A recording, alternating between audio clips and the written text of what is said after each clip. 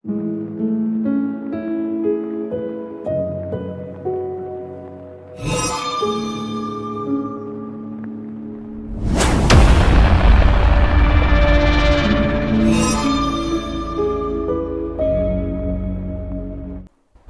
నమస్కారం. విద్య నేర్పిన గురుదేవుల పాదపద్మములకు శిరస్సు వంచి నమస్కరిస్తూ ఈరోజు మనం యోహాను సువార్త 6వ అధ్యాయము 63వ వచనం పరిశీలన చేద్దాం.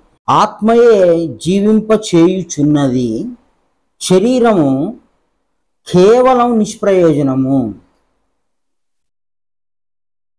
ఆత్మయే జీవింప చేయుచున్నది, శరీరము కేవలము నిష్ప్రయోజనం. అంటే అది ఎందుకు పనికిరాదు అంటున్నాడు. నేను మీతో చెప్పి ఉన్న మాటలు ఆత్మయు జీవమై ఉన్నాయి. నేను మీతో ఏదైతే చెప్తున్నానో ఆ మాటలు ఆత్మయు జీవమునై ఉన్నవి. నీ శరీరం గురించి చెప్పట్లేదు అంటున్నాడు. శరీరం కేవలం నిష్ప్రయోజనం అంటున్నాడు. సరే, ఇప్పుడు శరీరము నిష్ప్రయోజనము ఎందుకయింది, ఎట్లా చూసుకోవాలి? చాలా తేలిగ్గా చూసుకోవచ్చు.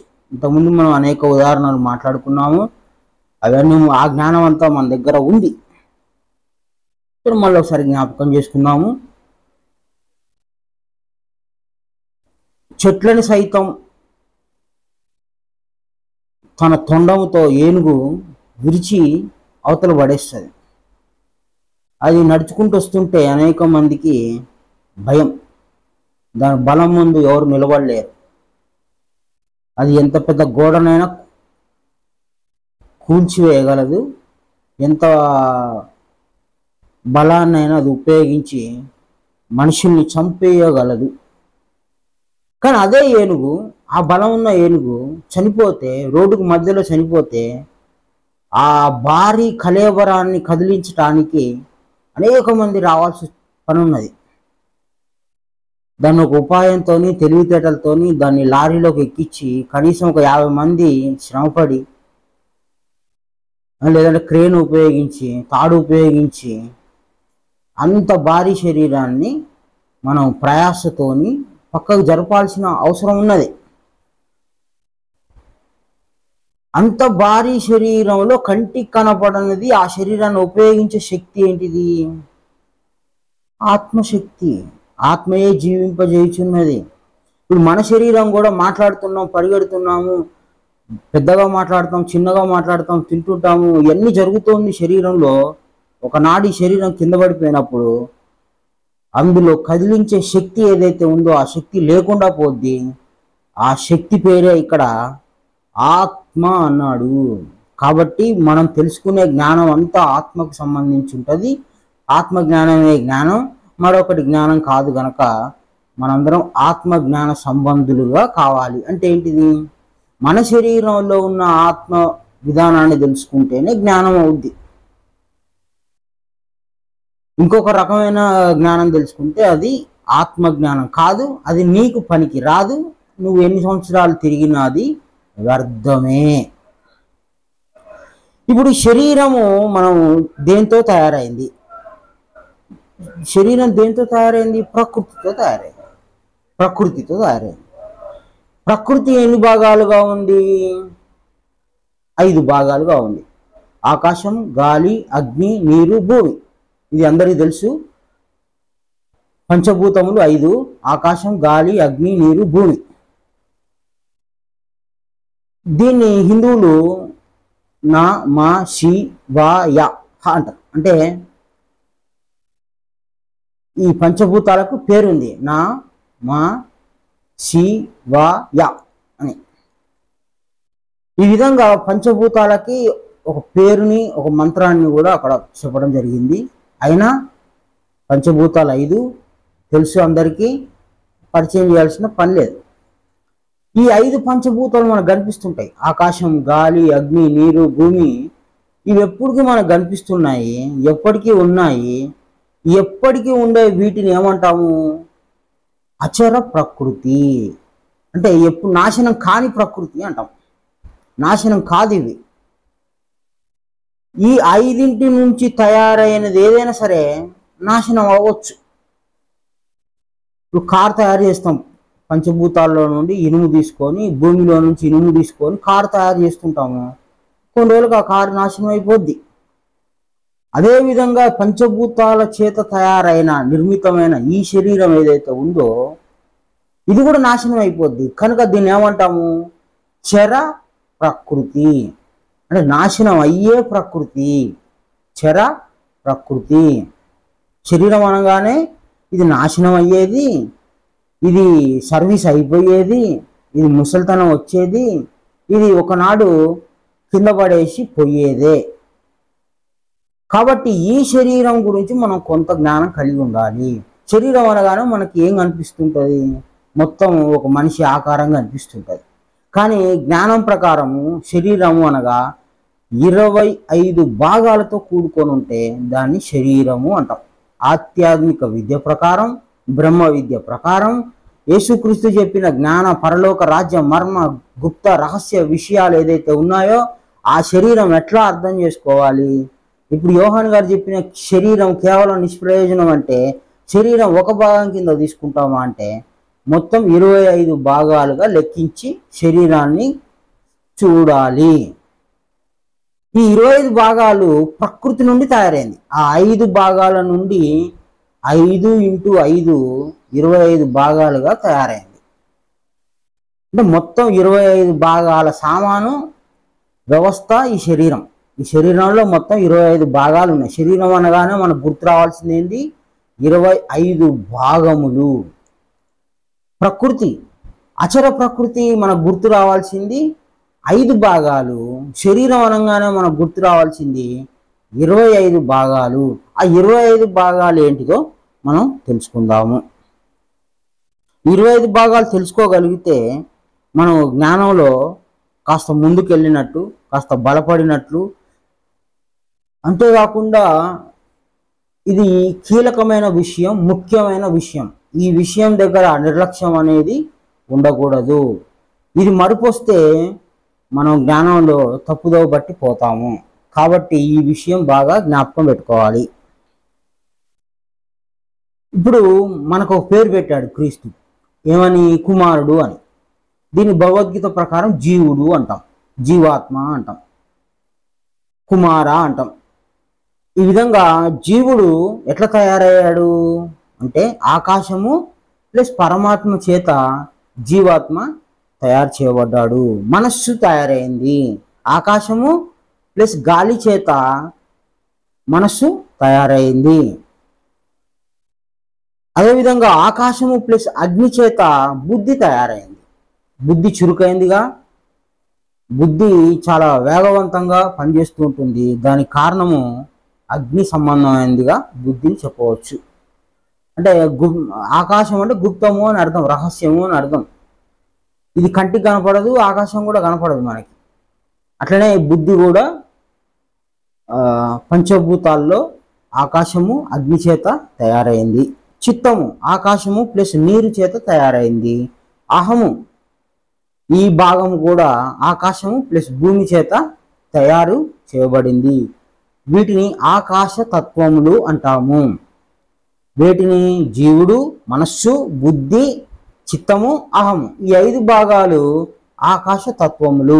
ఆకాశము చేత మరియు మిగతా భాగముల చేత తయారు చేయబడింది. అదేవిధంగా అగ్ని సంబంధమైన అగ్నితత్వములు. కన్ను అగ్ని ప్లస్ పరమాత్మ చేత తయారు చేయబడింది. ఈ కళ్ళు అగ్ని ప్లస్ పరమాత్మ చేత తయారు చేయబడినవి. చెవులు అగ్ని ప్లస్ ఆకాశము.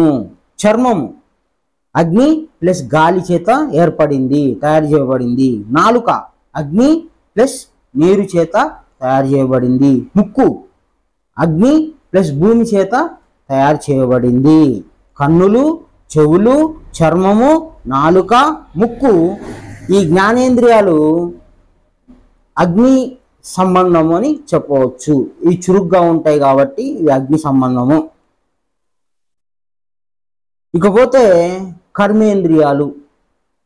ఇంతకుముందు జ్ఞానేంద్రియాలు చెప్పుకున్నాం, ఇప్పుడు కర్మేంద్రియాలు. గుదము భూమి ప్లస్ పరమాత్మ చేత తయారు చేయబడింది. నోరు భూమి ప్లస్ ఆకాశం చేత తయారు చేయబడింది. చేతులు భూమి ప్లస్ గాలి చేత తయారు చేయబడినాయి. పాదములు భూమి ప్లస్ అగ్ని చేత తయారు చేయబడింది. లింగము భూమి ప్లస్ నీరు చేత తయారు చేయబడింది. ఇవి కర్మేంద్రియాలు. గుదము, నోరు, చేతులు, పాదములు, లింగము ఇవి భూమి తత్వములు. భూమికి సంబంధించిన బలం చేత తయారు చేయబడినాయి. ఇకపోతే వాయువులు ఉన్నాయి. మన శరీరంలో వాయువులు ఉన్నాయి, గాలులు. ఈ గాలుల్లో వ్యాన వాయువు గాలి ప్లస్ పరమాత్మ చేత తయారు చేయబడింది. సమాన వాయువు గాలి ప్లస్ ఆకాశం చేత తయారు చేయబడింది. ఉదాన వాయువు గాలి ప్లస్ అగ్ని చేత తయారు చేయబడింది. ప్రాణవాయువు గాలి ప్లస్ నీరు చేత తయారు చేయబడింది. అపాన వాయువు గాలి ప్లస్ భూమి చేత తయారు చేయబడింది. ఇవి గాలి తత్వములు. ఈ వాయువులు మన శరీరంలో ఉన్నాయి. 5 భాగాలుగా వాయువులు విడదీయబడి ఉన్నాయి. వేటి పని వాటికి ఉంది. అవకాశం ఉన్నప్పుడు ఈ వాయువులు ఏ విధంగా పనిచేస్తాయి అనేది మనం తెలుసుకుందాము. మొత్తము వాయు వ్యవస్థ 5 రకాలుగా 5 భాగాలుగా ఉంది. వ్యానవాయువు, సమాన వాయువు, ఉదాన వాయువు, ప్రాణవాయువు, అపాన వాయువు అనే 5 రకాల వాయువులు మన శరీరంలో ఉన్నాయి. అవి తెలుసును మనకు. ఇవి ఎట్లా తయారైనాయో ఇప్పుడు మనం కొంత జ్ఞానం కలిగి ఉండాలి, తెలుసుకోవాలి. తెలుసుకున్నాము అనుకుందాం. తర్వాత నీటి తత్వములు. రసము అంటే రుచి ఏదైతే ఉందో ఇది నీరు ప్లస్ పరమాత్మ చేత తయారు చేయబడింది. శబ్దము ఇది నీరు ప్లస్ ఆకాశం చేత తయారు చేయబడింది. స్పర్శ నీరు ప్లస్ గాలి చేత తయారు చేయబడింది. రూపము నీరు ప్లస్ అగ్ని చేత తయారు చేయబడింది. గంధము అంటే వాసన నీరు ప్లస్ భూమి చేత తయారు చేయబడింది. ఇప్పుడు మనకి మొత్తం 25 భాగాలు మనం మాట్లాడుకున్నాము. ఈ 25 భాగాలు ప్రకృతి 5 భాగాల నుంచి విడిపోయాయి. అంటే ఆ 5 భాగాల నుంచి 5 × 5గా 25 భాగాలుగా ఏర్పడి ఏ భాగం ఏ విధంగా తయారైందో మనకి ఇప్పుడు దేవుడి దయ వలన మనకి పరిచయం అయింది. క్రైస్తవ సమాజంలో ఈ జ్ఞానం లేదు. శరీరం అనగానే మనం లోపల ఎముకలు, మాంసము, రక్తము, చర్మం ఇంతవరకు జ్ఞానం ఉంది. కానీ ఈ జ్ఞానము చాలా కొద్ది మందిలోనే ఉంది అని చెప్పవచ్చు. అంటే కర్మేంద్రియాలు, జ్ఞానేంద్రియాల వరకు తెలుసు, కానీ ఈ మిగతా 15 భాగాలు వాళ్ళకి పరిచయం లేదు. ఇప్పుడు 25 భాగాలతో కలిపి జ్ఞాపకం పెట్టుకోవాలి. ఇది దేవుని విధానంలో, నడవడికలో చాలా చాలా ముఖ్యమైన విధానము. శరీరం కేవలం నిష్ప్రయోజనం అంటే ఈ 25 భాగాలు కూడా నిష్ప్రయోజనము. శరీరం నిష్ప్రయోజనం అనే ప్రశ్న వేస్తే ఈ 25 భాగాలుగా ఆలోచన చేసి 25 భాగాలు నిష్ప్రయోజనం అని చెప్పాలి.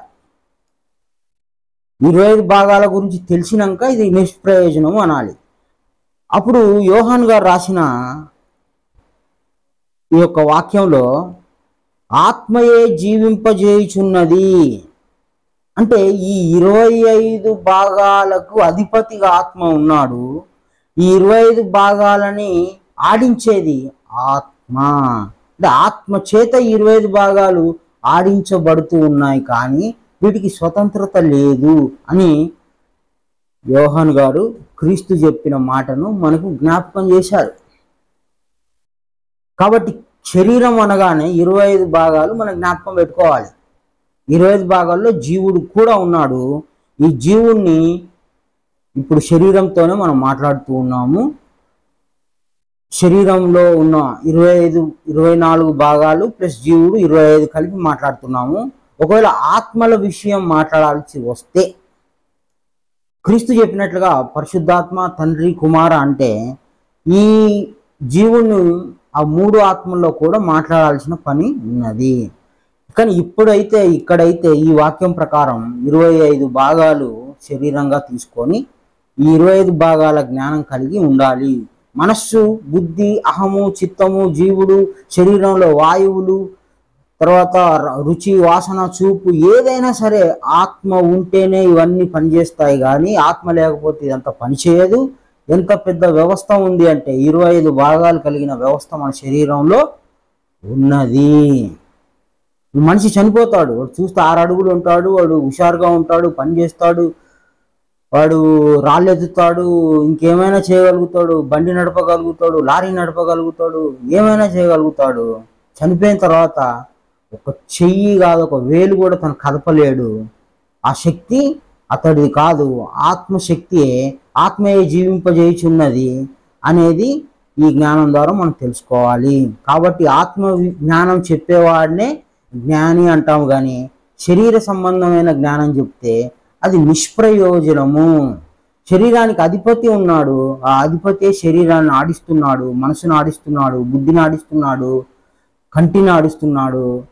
ఈ విధంగా శరీరంలో అన్నం తిన్న అన్నాన్ని జీర్ణం చేయించేది ఆయనే, వాయువులు ఆడించేది ఆయనే, శ్వాస పీల్చేది వదిలేది కూడా ఆయనే. కాబట్టి ఆత్మే జీవింపజేయుచున్నదనే మాట చాలా గొప్ప మాట. ఆత్మజ్ఞానం గురించి తెలుసుకొని మాట్లాడితే వాళ్ళు ఆత్మజ్ఞాన సంబంధులు అవుతారు. శరీరం గురించి మాట్లాడితే 25 భాగాల్లో ఏ భాగం మాట్లాడినా నీవు నిష్ప్రయోజకుడివి. యోహాన్ గారు చెప్పిందే, యోహాన్ గారికి క్రీస్తే చెప్పాడు కాబట్టి క్రీస్తే చెప్పాడు. నిష్ప్రయోజనమైనవి నువ్వు పట్టుకోవద్దు. ఏంది నువ్వు లావైనవు, బక్కగైనవు, నీ గడ్డం పెరిగింది, నీ తెల్ల జుట్టు వచ్చింది, ఇవన్నీ నిష్ప్రయోజనమైన మాటలు. ఆధ్యాత్మిక విద్యలో ఇవన్నీ పనికిరావు. నువ్వు తెల్లగా ఉన్నావు, నీ చర్మం తెల్లగా ఉంది. చర్మం ఎట్లా తయారైంది? పంచభూతాల చేత. నువ్వు తయారు చేయలే కదా. కాబట్టి నిష్ప్రయోజనమైన మాటలే మాట్లాడుతుంటాం. ఏ భాగంలో ఉన్నావు 2 భాగాలుగా చేసుకొని చూడాలి. ఒకటి శరీరం 25 భాగాలుగా ఉంది. 25 భాగాలకు అధిపతిగా ఆత్మ ఉన్నాడు. ఈ ఇద్దరు కలిస్తేనే శరీరం ఆడుతుంది, ఈ శరీరం మాట్లాడుతుంది, ఈ శరీరము కదులుతూ ఉంది. కనుక ఈ శరీరం తనకు తానుగా జీవించట్లేదు, ఆత్మ ఇందులో ఉండటం చేత జీవించబడుతుంది. కాబట్టి ఆత్మజ్ఞానమే నిశ్చయము, సత్యము. ఆత్మజ్ఞానం ఎవరు చెప్పినా వినండి, శరీర జ్ఞానం అవసరం లేదు. ఎందుకంటే శరీరాన్ని ఎట్లా నడపాలో అధిపతి ఆత్మ, జీవుడికి సంబంధం లేదు. జీవుడు కూడా ప్రకృతిలో 25 భాగాల్లో ఒకడు, పని చేయనోడే. వీడు కూడా పని శాత కానోడే. కాబట్టి ఈ 25 భాగాల గురించి మాట్లాడే ఏ విధానమైనా అది నిష్ప్రయోజనము. మీ కళ్ళు బాగున్నాయి, మీ మెడ బాగుంది, మీ ముక్కు బాగుంది, మీ చేతులు బాగున్నాయి, హీరోయిన్ బాగుంది, హీరో బాగున్నాడు, మీ జడ బాగుంది, ఇట్లా రకరకాలుగా మాట్లాడుతుంటారు. ఇంకా ఈ శరీరం గురించే కాకుండా వాళ్ళు ధరించిన వస్తువుల గురించి కూడా మాట్లాడుతుంటారు. ఇదంతా నిష్ప్రయోజనము ఆధ్యాత్మిక విద్య ప్రకారము. కాబట్టి ఇంకా ఆ కోణంలో నిష్ప్రయోజనమైన జ్ఞానం వైపు వెళ్తే ఎన్నైనా మాట్లాడుతుంటారు, ఎన్నైనా చెప్తుంటారు. ఏదైనా చెప్పి వాళ్ళు అర్థమవుతుంది. ఎందుకు అంటే శరీరం వాళ్ళకి దగ్గరగా కనిపిస్తుంది కాబట్టి అర్థమవుతుంది. కానీ ఆత్మ తెలియబడదు కనుక వాళ్ళకి ఆత్మజ్ఞానం అర్థం కాదు. ఎక్కడ ఏ బోధకుడు చెప్పినా ఈ సూత్రాన్ని పాటించాలి. ఆత్మ శరీరం అని 2 భాగాల జ్ఞానం కలిగి చెప్తే అతడు నిజమైన బోధకుడు. అతడు క్రీస్తు సంబంధి, గురు సంబంధి. అప్పుడు గురు బోధ అతను చెప్తున్నట్టు. లేదంటే ఓన్లీ శరీరం గురించి చెప్పి నువ్వు ఆ డ్రెస్ వేసుకోవద్దు, నువ్వు ఈ డ్రెస్ వేసుకోవద్దు, నువ్వు ఇట్లుండాలి, నువ్వు అట్లుండాలి, నీ జీవితం ఇట్లుంటే పాడైద్ది అని శరీర సంబంధమైనటువంటి జ్ఞానం చెప్తుంటారు. ఆ జ్ఞానం నిష్ప్రయోజనం, అది పరలోక రాజ్యం తీసుకోబోదు, అది వ్యర్థమైన మాటల కిందికే వస్తాయి కానీ మరొకటి కాదు. ఈ స్థూల శరీరం ఏదైతే ఉందో ఈ స్థూల శరీరానికి సంబంధించిన జ్ఞానము కొంత డాక్టర్ల దగ్గర ఉంది.